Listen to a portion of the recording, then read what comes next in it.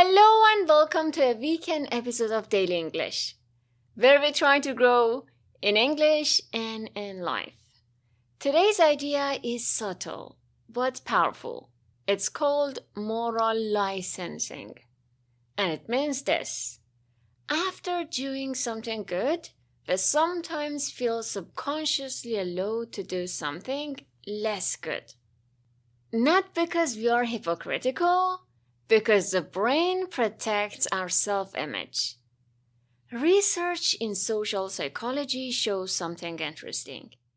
When people are reminded of their positive traits or good actions, they are more likely afterward to behave in ways that slightly contradict those values. For example, people who express support for equality may later show more biased decisions. Or people who recall healthy behavior may later indulge more. But why? Because the mind keeps a moral balance sheet. Once it feels morally secure, it relaxes its standards. The brain doesn't think in a strict logic. It thinks in identity. If I believe I'm a good person, one good act confirms that identity. And once confirmed, the pressure to behave consistently decreases.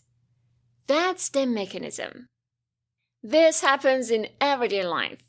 You work out, you reward yourself excessively with an unhealthy snack. You're patient all day, you justify snapping at night. You recycle, you feel less guilty about overconsumption.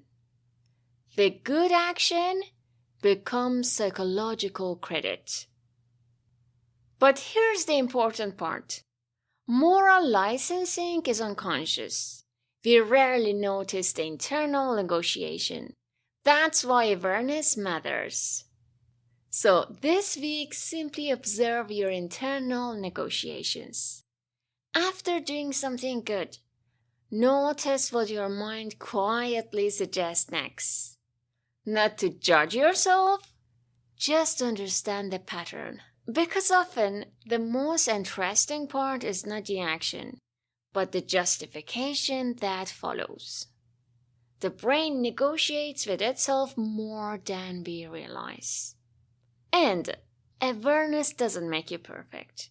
It just makes you less automatic. Thank you for being here today. Have a beautiful week ahead of you and see you tomorrow.